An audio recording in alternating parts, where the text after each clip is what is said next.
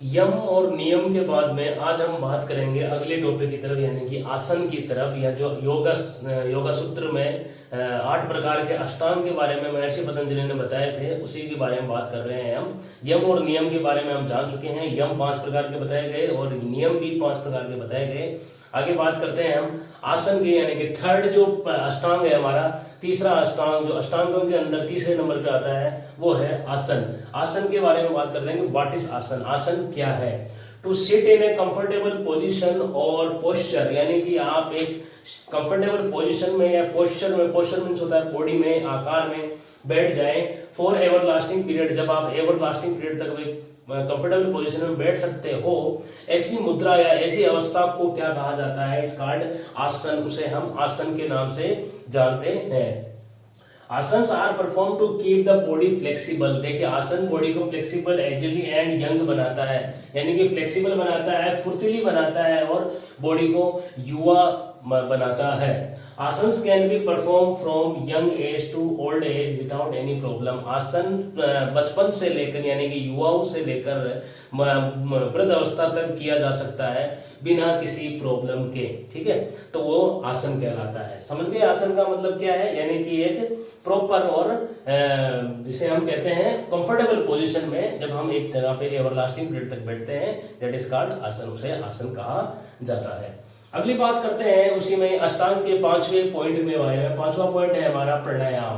प्राणायाम क्या चीज होती है? देखो प्राणायाम हम वैसे अधिकांश जानते हैं, प्राणायाम सांस पर हमारे हम जो सांस लेते हैं और छोड़ते हैं, इस पर एक अच्छा सा कंट्रोल बनाए रखता है। कौन?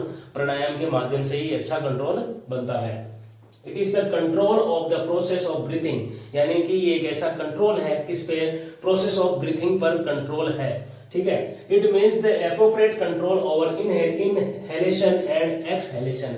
इनहेलेशन यानी कि सांस का लेना, एक्सहेलेशन यानी सांस का छोड़ना, इस पर एक अच्छा प्रॉपर कंट्रोल जब बनता है, उस ऐसे कंट्रोल को हम क्या कहते हैं? प्राणायाम के नाम से जानते हैं। It enhance the function of heart and lungs. Pranayama करने से जो हार्ट के जो फंक्शंस हैं वो लंग्स के जो फंक्शंस हैं, ये इनमें एनहेंसमेंट होता है, यानी कि इनमें बढ़ावा मिलता है, इनमें अच्छी पावर इनको प्राप्त होती है। नेक्स्ट बात करते हैं अष्टांग के 5वें पॉइंट की, यानी कि 5वां पॉइंट है हमारा वो है प्रत्याहार। प्रत्याहार क्या चीज होती है, यहाँ बात करते हैं। प्रत्याहार is the process of self control. प्रत्याहार एक अपने आप पर लगाम लगाने का एक प्रोसेस है कि अपने आप को सेल्फ कंट्रोल कैसे किया जा सकता है। In which an individual becomes able to control over his senses, जिसमें वो अपने सेंसेस पे कैसे अपने आप पर कंट्रोल बनाए रख सकता है, ठीक है। जैसे व्यक्ति को एक बार कभी कभार हंसी भी आती है, तो हंसी को रोकना कैसे उसको आना चाहिए, ये भी उस पर सेल्फ कंट्रोल है। अगर इंसान कभी दुखी है, जब वो रो रहा है, तो रोते हुए अपने आप को कैसे शांत रखें और अपने आप दिमाग को किस ओर डाइवर्ट करें, ये होता है सेल्फ कंट्रोल। और इसी सेल्फ कंट्रोल की स्टडी जो होती है, इसी स्टडी को हम प्रत्याहार के नाम से जानते हैं, जो महर्षि पतंजलि ने हमें योग सूत्र के अंदर हमें दी है। इंडीड, या फिर यूं माने indeed to introvert the mind, ठीक है, यानी कि अपने माइंड को वश में रखना। इंट्रोवर्ट का मतलब होता है वश में रखना, यानी कि अपने mind, introvert the mind and sense is called प्रत्याहार, यानी कि अपने सेंसेस को, अपनी भावनाओं को और अपने दिमाग को अपने वश में रखना, ये क्या कहलाता है? प्रत्याहार कहलाता है, ठीक है, नोट कीजिए।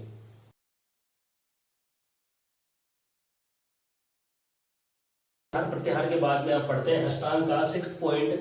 अष्टांग में 6th पॉइंट है जिसका मतलब है धारणा। धारणा मतलब होता है एकाग्रता। एकाग्रता क्या होता है? मैं आपको बताऊं, कंसंट्रेशन। एकाग्रता का मतलब होता है कंसंट्रेशन। यहाँ पढ़ते हैं धारणा में क्या दे के रखा हुआ है।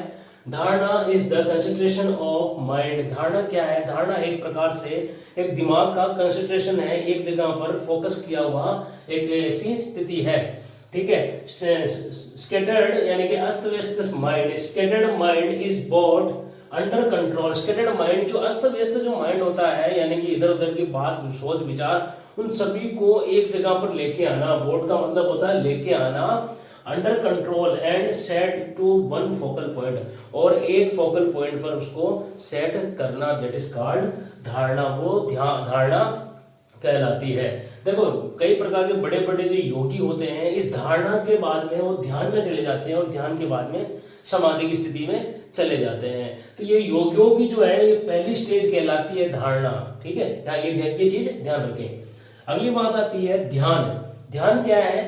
ध्यान is a process of complete consistency. Consistency का मतलब होता है स्थिरता यानी कि स्टेबिलिटी, ठीक है, ऑफ माइंड यानी कि दिमाग की एक जगह पर स्थिरता होना।